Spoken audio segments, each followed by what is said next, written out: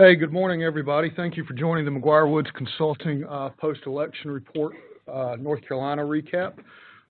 We had an exciting night in North Carolina. A lot of unexpected results. We have two of the top political consultants in the state on the line with us to talk about the Republican and Democratic perspectives and observations on what happened Tuesday night and what may still happen as votes continue to come in. With some quick introductions, we have Dee Stewart on the line. Dee is the president of the Stewart Group. He's been working in politics for about 25 years. He's ran over 200 political campaigns and has a victory rate of about 78%. Some of his high-profile clients include Congressman Patrick McHenry. Dee has also served as the executive director of the Iowa Republican Party and the finance director of the North Carolina Republican Party. Dee will be talking about the Republican perspective, and then from the Democratic side, we have Morgan Jackson. Morgan is a co-founder of Nexus Strategies, and he's a veteran of a number of high-profile political and public policy efforts. Morgan has served in senior roles with presidential, gubernatorial, and congressional candidates and advised governors, U.S. senators, and members of Congress and the Council of State. He's currently an advisor to Governor Roy Cooper and was instrumental in his first election campaign and his re-election campaign this weekend. With that, I'm going to turn it over to Morgan for some general observations. Morgan, the floor is yours. Thanks, Bo. It's always good to be with you guys, Franklin and Johnny and Harry and the whole team. So I'll say a couple things. I think, first of all, from a high-level perspective, that if we scope out to 10,000 feet, I think what we saw, regardless of surprises or not surprises on Tuesday night, was that North Carolina remains the purplest state in the nation. There's no question that it was a mixed bag for both parties, depending on what you wanted, what you were trying to win and not. You had very likely results that Trump carried North Carolina, that Tillis was successful in getting reelected, both those within roughly 100,000 votes. You had Governor Cooper reelected. You had Josh Stein reelected. I believe when the votes are, these absentee ballots comes in, you're going to have Chief Justice Sherry Beasley reelected. And so you had Republicans making gains in the House, Democrats making a small gain in the Senate, not the gains that we were hoping for. But at the end of the day, it was definitely a mixed bag, and it shows that North Carolina remains a very 50-50 state. So I'll talk about it from sort of the governor's perspective a little bit. You all saw these polls for months, and I talked to a lot of you all about it at different times that showed Cooper up 10 or 12. That was something we never believed in. We've been thinking for months that this race was going to come down to a 51-47 or 52-46 kind of race, and it did. North Carolina that's a 4-point win in North Carolina. North Carolina doesn't do blowouts, and 4% is about as good a chance as you can get to a blowout as possible. I think voters rewarded Governor Cooper for his strong leadership during the coronavirus, for his handling in a responsible fashion. We saw in focus groups throughout this entire campaign, we saw in polling throughout this entire campaign that voters, even self-ID'd Republican voters, would say, listen, I don't agree with a single policy that Governor Cooper is pushing for, Medicaid expansion or education or any of the issues that he was really, really pushing for. They say, I don't agree with him. I'm a Republican. I don't agree with that. I agree with the legislature and the Republicans, but I think he cares about North Carolina, and I think he's doing the best that he can, and I think he's done a good job on coronavirus. And ultimately, I think that was the big difference between in the race, in the governor's reelection, on Tuesday night. I think it came down to the coronavirus, and I think the tail of the table have Cooper getting 12-14% of Republicans versus Dan Forest getting 7% of Democrats, and that ultimately ends up being the difference. And I think the governor certainly got a much higher slice of the unaffiliated vote than other Democrats on the ballot did. So again, I think it's a mixed bag for either party. I think it clearly shows that divided government is here to stay for at least 2 more years. Democrats on the congressional level, due to redistricting, picked up 2 seats. Obviously, we have 2 members of Congress, Kathy Manning from Greensboro and Deborah Ross from Raleigh. As far as the federal delegation, and we can talk more about the individual legislative fights as you guys would like to. But again, good night for Cooper. It was a good night for Trump in North Carolina. Good night for Tillis. Certainly a good night for Republicans in the legislature. I think a lot of you had seen a lot of the polls showing a different night, and I think I think Dee can talk about that a little bit better. But even on the Republican side, but I think we were more optimistic. Ultimately, I think as far as the legislature, and I'll stop at this point, but I think Trump's ability to motivate a segment of the population in rural America is just unparalleled. It's just something that we haven't seen. I don't think these voters turned out for that. While they gave their support to Republicans down the ballot, it really had nothing to do with them. It didn't have anything to do with Tillis. It didn't have anything to do with Forrest. It didn't have anything to do with the legislature. These were Trump. Trump has an ability to turn voters out in rural America and rural North Carolina and motivate voters in a way that is unparalleled. As I said, it was not something that Obama had. Obama was an incredible motivator for Democrats, but it pales in comparison to what Trump's ability to motivate Republicans. And I think when you look at the General Assembly, I think Trump's turnout machine, and I it's less about boots on the ground as much as just his ability to communicate through non-traditional channels and motivate folks. I mean, listen, right around rural North Carolina, there were 20 by 30 Trump flags on flagpoles in the middle of people's yards. I mean, it was pretty stark comparison. But at the end of the day, I think that was the difference in the presidential race in North Carolina. Biden did really well in absentee by mail. But at the end of the day, the election day turnout, Trump won 66-34. That was not something that's survivable. Hillary Clinton lost election day 58-42 4 years ago. And even though the race is much closer, it's about a point and a half by the end of the day, Trump's victory here, it's still, you can't, that's an election day that you can't dig. I mean, that Democrats can't survive that. So anyway, good night for a mixed bag for Democrats. Good night for the governor, of course. Good night for the AG. Good night for I think the Chief Justice ultimately. But that's where we're headed. And I'm glad to take questions later, but that's sort of the 10,000-foot view. And I'll kick it back to Bo or Dee. Yeah, Dee, real quick, for the participants on the line, there is a chat box where you logged in that if you have questions, you can type those in, and we'll read them out to Dee and Morgan and get them answered for you. Dee, you want to give us some high-level observations, and then maybe we dive into some legislative races? Sure, Bo. Thank you very much. Welcome to everybody. Thank you for your time and for joining this call. Always enjoy being with everybody affiliated with McGuireWoods Consulting. They are the best, and enjoy working with Bo, with Harry, with Johnny, with Franklin, and Jeff, and really just all the good quality folks that are there. And so thanks so much for allowing us this opportunity to talk. I think it was actually a very good night for Republicans.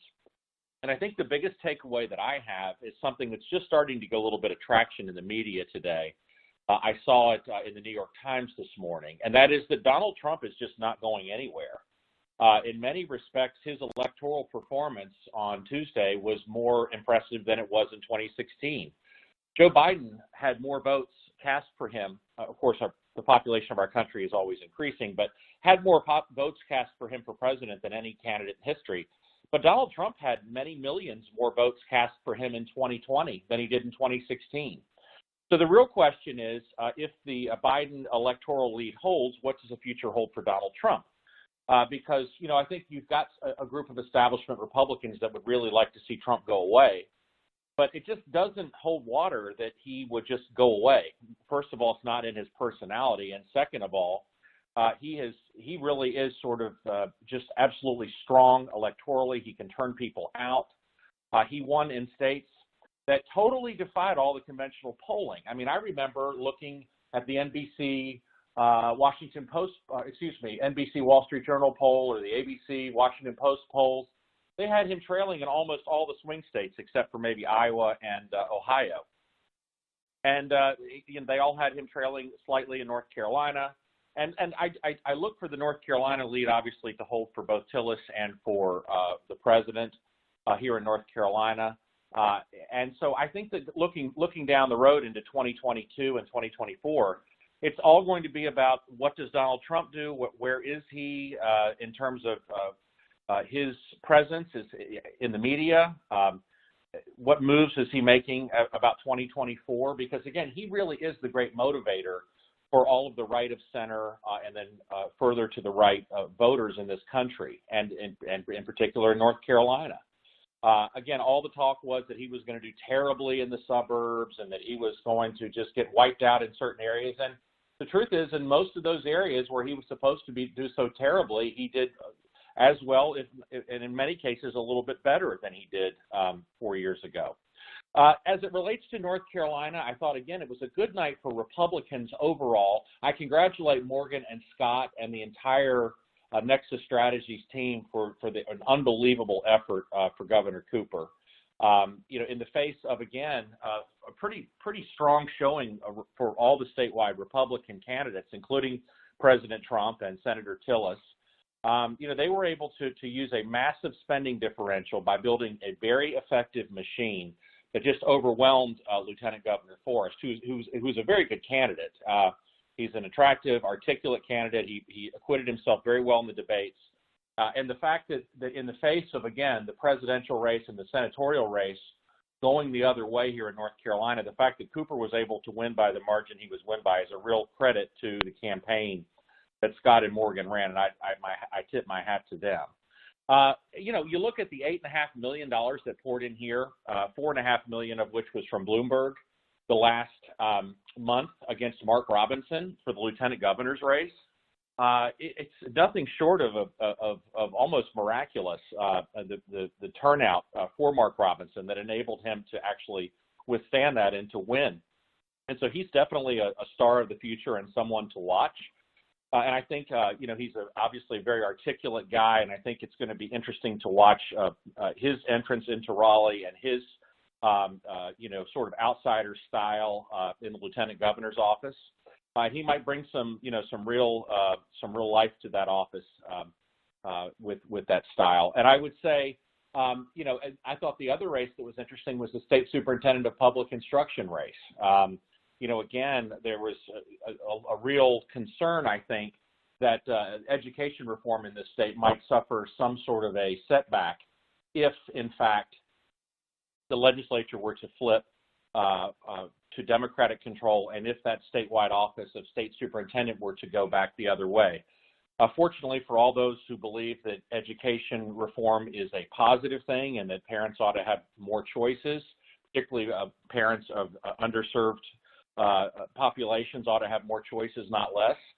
It was a very good night for education reform, and we're very, I know those folks are very excited. In terms of the legislature, again, the Democrats spent so much money and really came up empty-handed. They picked up a Senate seat and lost 4 House seats. There's really no way to put a good face on that if I'm in that political party.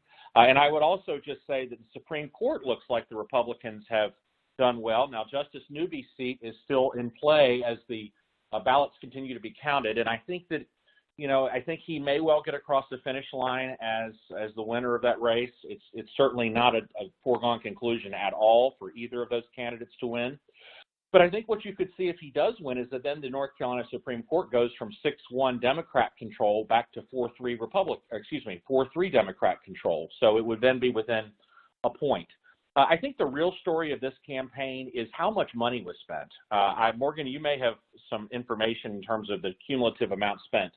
But between the campaigns, the party committees, the outside groups, and all the other entities that spent money trying to influence this election, at all levels of the ballot, from presidential all the way down to the local level, there were just hundreds and hundreds and hundreds of millions of dollars spent. And so it made me very thankful that I, once upon a time, did not go to law school and that I became a political consultant. I would like to say that I had the vision that I would like to go into a business where there would be that kind of money spent, but I think it was actually more just good circumstances as it turned out. Looking forward into North Carolina, we have redistricting coming up. All of us know that the congressional the congressional districts, the legislative seats will be drawn by the House and the Senate. There's really nothing new about that other than that we've got some new folks who are going to be drawing the lines in the House and the Senate who were not in that position 10 years ago when they were last drawn. The state of North Carolina continues to grow. We continue to gain population at the rate of about a million people every 10 years. We now have over 10.5 million people in North Carolina. Interestingly, I was brought to my attention that 1.1 million people live in Wake County and 1.1 million people also live in Mecklenburg County. So Wake and Mecklenburg County literally comprise something about along the lines of 20% of the state's population. So you're going to continue to see in the future big money spent in those media markets to try and influence the elections. So to wrap up, I would say the Republicans held the congressional seats they needed to hold. They held the legislative seats they needed to win. They had a very good night up and down the ballot, from presidential to the senatorial to the lieutenant governor and many of the other council of state seats that we mentioned. But my hat's off to Morgan and Scott and the entire Cooper team. They did a fantastic job winning a campaign in significant headwinds by a significant margin. And we're going to continue to have divided government moving forward. And as Morgan said, that's not a bad thing for those of us who work in government affairs and government relations. But at the end of the day, the people of North Carolina, I think, have a chance to really have some significant progress as we move beyond this pandemic, hopefully in 2021, and move toward actually building an economy that's more inclusive and fairer and providing more education and opportunities for all sectors of society in North Carolina. Thanks. Thanks, Dee. All right, Dee and Morgan, let's talk about the state legislative races a little bit. And Dee, we'll start with you. Other than the overall result of Republicans expanding majority in the House and holding most of the ground in the Senate, what specific races were the big surprises to you guys? And then what do you think happened there, and why was the original polling or something off, and why was it a surprise? Thanks. Yeah, this is Dee. I would say that the most impressive victory that I saw was Michael Lee down in New Hanover County. I mean, New Hanover County has been trending more blue, and obviously is albeit a very small landmass county, is a very populous county. And Michael just keeps on going. Michael has been running for office for probably 15 years, various offices, including the Senate several times, and has served in the Senate. But, Harper Peterson had a financial machine behind him. He has had widespread name recognition in New Hanover County, and I just was very impressed that Michael was able to actually win that race and come back. The reason I think he won the race, again, I think it's the Trump voter. I think that he was able to, Trump just turned people out of the woodwork. And even if, let's say, Trump turned off some of the swing voters in New Hanover County, it being kind of an urban, suburban area, he was able to turn people out in the rural parts of New Hanover County that sort of offset that. And I think that Michael ran a good race. People like him. He's a good senator, but it really did kind of fly in the face of some of the late polling I saw as it relates to that race. Thanks. Morgan, what stood out to you as a race that was a surprise? Yeah, I mean, first of all, I totally agree with Dee on New Hanover. I think that's a surprise. I mean, most Democrats, when you look at the statewide Democrats, won New Hanover County. Harper Peterson, our internal late polling on the Democratic side, and from everything I heard on the Republican side, believed Harper was getting reelected. That was not the case. I think a couple other things that were really surprising to me.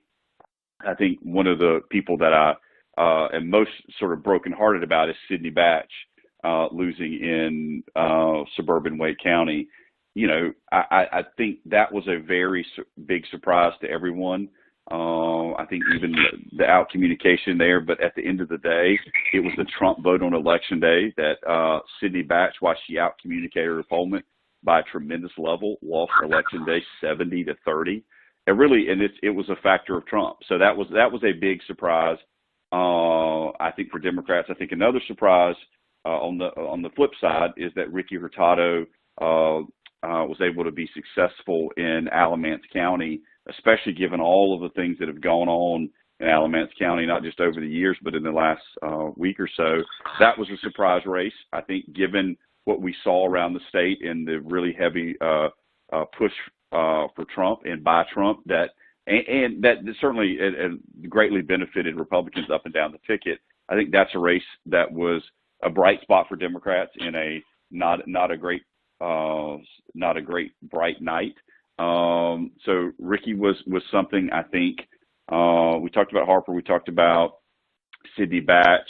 I think Brian Farkas winning in Greenville. There was some concern that's a better district for Democrats. But at the same time, given the numbers we saw in all of these other districts of where it was going, I think him winning is a good surprise. Dee's right. Obviously, Democrats lost ground in the House, which is not ideal by any means, and it was a good night for Republicans. But there are a couple of bright spots around the state for Democrats. I certainly hate to see Joe Sam Queen go out of the legislature again. I figure for the next 10 years, he and Mike Clampett are going to switch off every 2 years. That Joe Sam wins all the midterm races and Mike Clampett wins all the presidential year races. So we may see that rematch again and again and again. It's like the channel never changes. Thanks, Morgan. We're going to come right back to you. So from the outside looking in, a lot of the government affairs people, we knew some races were going to be really, really close and thought they were going to maybe flip one way or the other. Just to name a few examples, Senator Perry, Senator Kravick, Chris Humphrey, Steinberg, and none of those were even close. A couple of them ended up being double-digit wins. What went wrong in the polling there, or what did y'all see that made you think it was going to be very close or flippable, and then it ended up being 7, 8, 9 point differences? Bo, this is Dave. I'll take that. Go ahead.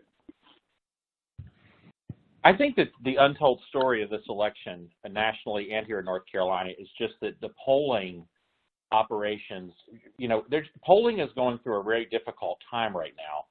And part of it is maybe there are some shy Trump voters that don't reveal their true intentions on the phone.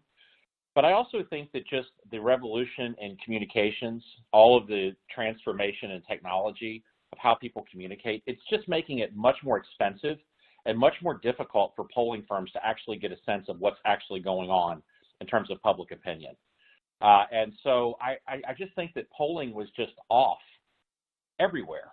And I can tell you, Morgan, you may agree with this, I've never seen an increase in polling cost from one cycle to the next the way I did between 2018 and 2020, just in terms of how much it costs to put a survey in the field.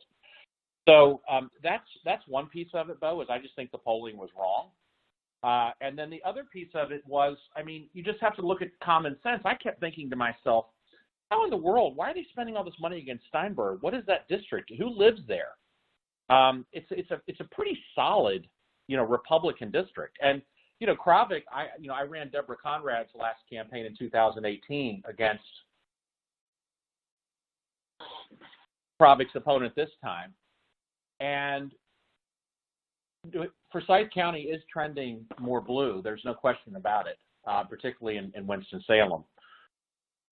But she has Davie County. And I was thinking to myself again, there's such a solid base that's going to all come out for Trump.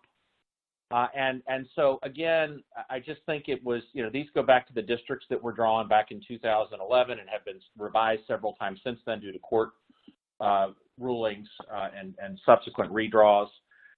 There just wasn't, in the particular races you mentioned, Bo, they just weren't running in real friendly territory to the Democrats, as it turned out. Similarly, again, you just look at the polling statewide. They had Trump losing. Trump's going to end up having won quite a few. I don't think I saw, outside of an East Carolina poll once or twice, and maybe an Emerson poll one time out of maybe 10 or 20 public polls, I don't think I saw any more than 1 or 2, maybe 3 out of like 20 over the past 5 months where Tom Tillis was leading Cunningham. Cunningham was leading in every single poll. I would say 17 of the final 20 polls I saw, I'm estimating, but I think it's reasonably accurate. I don't think Morgan would dispute that.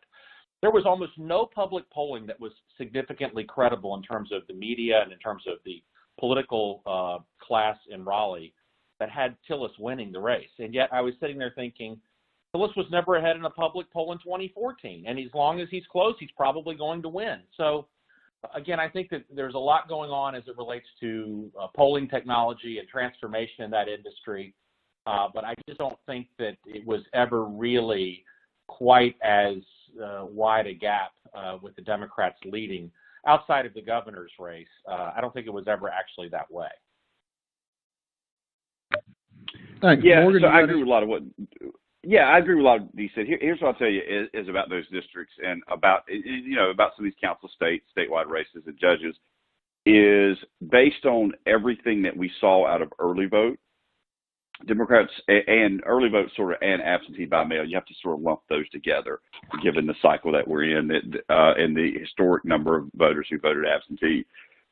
So when you dump those in, Democrats ended up with about 180,000. Obviously, the governor was ahead of that, but the average Democrat ended up with a 53-47, 52-48 lead out of the 4.5 million votes that were cast.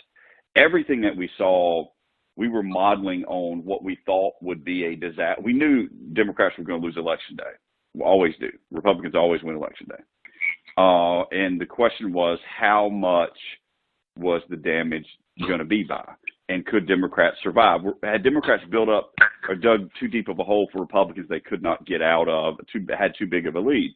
And so when we modeled that at the 800 or 900,000 votes that turned up, that if Hillary Clinton got 42% on Election Day in 2016 after the Comey memo, et cetera, Steve Troxler, who I think most Democrats would tell you they get more Democratic votes than anybody else running for office statewide. I mean, as far as a Republican. Steve Troxler got 61% of the Election Day vote, and his opponent, who I honestly can't remember whose name off the top of my head right now, only got 39%. And so you look at those models and say, if that had held, not only would Democrats, I mean, listen, the council state would be more mixed. Democrats would have won a few more of those seats. I think the question is, I think the Biden race and the Cunningham race would have been really, really tight and potentially even ahead. But they didn't hold. Those numbers didn't hold. Election Day in most of these places was 66-34, a sort of cataclysmic election day that is not what any model or any poll showed you on either side of the aisle, frankly. And I think Dee's right. Polling there's a challenge to get the surveys done. There's a challenge to every cycle to get more accurate surveys and get the weighting right on ethnicity, on college education, on rural versus urban, and it is a challenge. I think one of the big questions is we see whether they're shy Trump voters who won't say they're for Trump on the phone, or frankly they just refuse to participate in the process. And listen, that's not just Trump voters. It gets harder and harder for pollsters to get people on the phone to respond to a poll, especially as you get closer and closer to election cycle. So I think at the end of the day, there are a lot of these races that if they had held to a 2016 turnout, that Republicans would have won 58 or 60% of the vote. I think you would have seen several of these Republican seats flip. I think you would have seen that were ultimately won by Republicans, and I think the presidential would have been very, very, very close and potentially Biden in the lead. But again, that didn't happen. We saw an election day that was the average Republican got 66% of the vote, and that was just too much. Thanks, Morgan. I know you've got to go shortly. I think we might have Dee for a few more minutes after that, so I want to get one more question to you specifically. So if you're legislative Democratic leadership right now, what's your plan going forward? And, are they talking about changing the messaging, or where do you go from here? This was a year. Really I think. I think Trump plus. I think Trump motivated Trump voters. When you add in Republican-drawn districts, that equals a loss. I mean, listen, there's a ton of money spent, and again, at the end of the day, Trump is the difference in this election. Trump is not going to go anywhere, but at the same time, this may be his last time on the ballot. That's a good thing for us. Regardless of what he sits on the sideline and tweets and does. I do think Dee's right. I think a lot of people will continue to listen to him. But I think everybody, as we all watch whatever our best news source is right now, we see the chances Joe Biden's going to be president are getting very, very high as these results come in. So I think part of that is we got to move on from Trump and get back to a era where Trump is not on the ballot and is not the person driving. You get back to more standard Republican. Trump has been able to do something nobody else has ever done. Listen, we saw the same thing with Obama, but to a lesser degree. Obama could turn out people in 2008 and 2012 that we had zero chance when Obama was not on the ballot of them turning out. And we saw that in 16, and we saw that in 20. There are certain motivators in politics, and we'll see what the next round of people sound and look like, and what they do with their able to motivate. But listen, the big thing I think for you guys on the phone, and I think this is the lesson from 2020, one way or the other, win, lose, draw, is, you know, and the governor's has been very clear with Berger and Moore and his calls to them in the last couple of days. Listen, we might have tried to kill each other with hammers for the last 4 years, but we all failed. And it is clear the public expects us all to be here and work together. And, you know, Cooper is freed up a little bit, and I think Republicans are freed up a little bit about the Cooper legacy, is that he can't run for re-election again. So instead of spending time trying to figure out a way to keep him from getting reelected, there's an opportunity to work together here. So when there's not an election on the horizon, there's a little bit of more opportunity to work together. I'm a little bit more optimistic about what the next 2 and 4 years are going to look like as far as compromise than I have for the last 2 or 4 years, just based on the fact so much of that was built on Cooper's reelection and the posturing about that, and if there's a chance to defeat him. Obviously, that there's not now, and that race is over. But so anyway, I'm a little bit more optimistic. Now, I wouldn't tell you I'm very optimistic, but I'm a little bit more optimistic there on some things like school bond, potential of how we figure out some sort of Medicaid expansion. It may not be exactly what the governor's been proposing, but it may be more than what the Republicans have been proposing, and we may find a place there. I think it's clear voters want and need politicians to work together, and they've been very clear that they like divided government, as painful as that is for those that are trying to govern.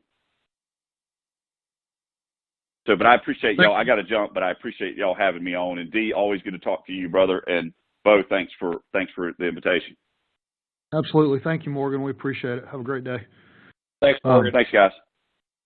D, if you can hang for another few minutes, I think we've got 1 or 2 more questions. Sounds great. First, from a Republican perspective, why does Cooper outperform the other Council of State members, like particularly Josh Stein? He's got high name recognition. He's been around a while, but he didn't, you know, his race is still in question.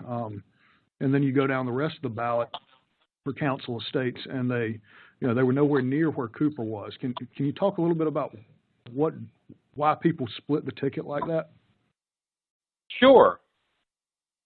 The governor's race was an anomaly because of the amount of money that Cooper spent and the amount of money that was spent on Cooper's behalf and the relatively large spending differential. There was a similar spending differential in the AG's race, but Cooper spent more money, and there was more money spent on behalf of Cooper.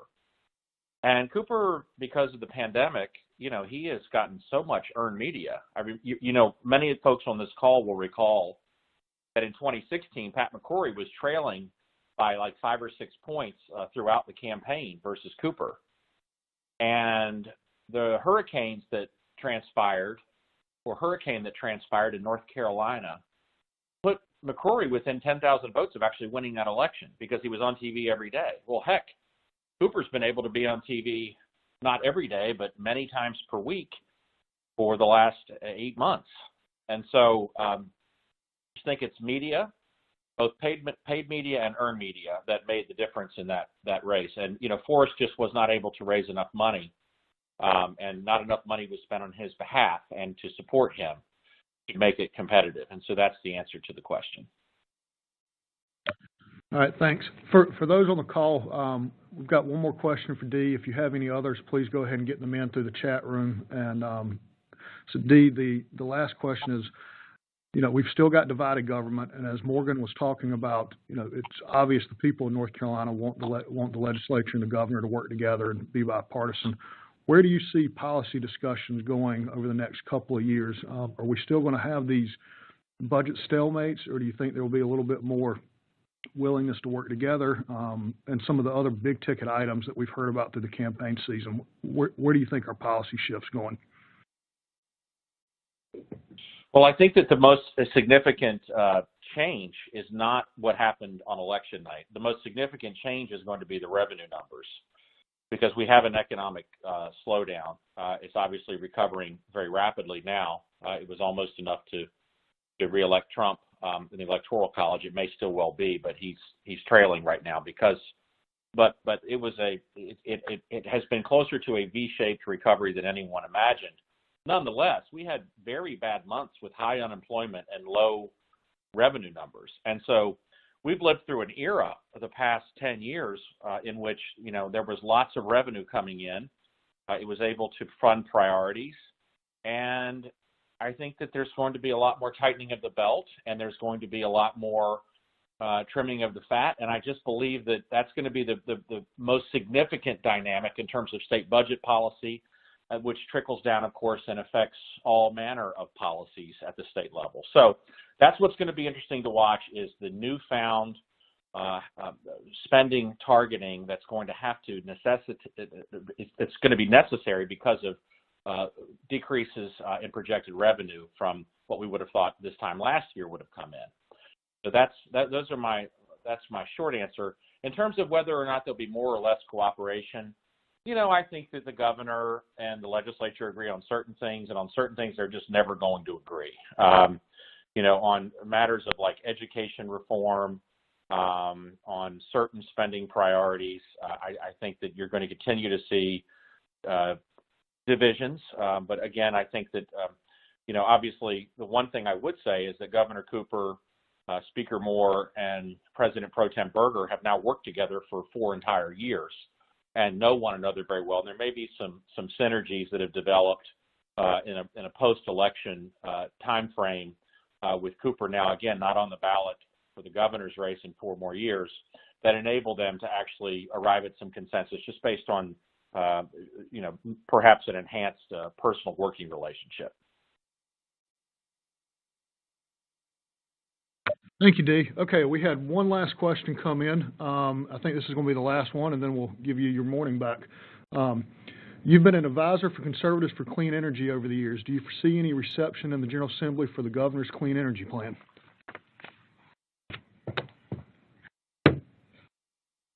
I do. I think that there are folks in the legislature. The thing that's interesting about the legislature is that good policy follows oftentimes good public opinion polling, and whereas I think that a lot of the folks in the legislature, whether it's Representative Zoka, whether it's many of the other folks who have been so supportive of a cleaner energy agenda and all the economic development and job creation that results from that, I think that many of those Republicans favor a more market-based, bottom-up approach as opposed to a more regulatory and top-down approach.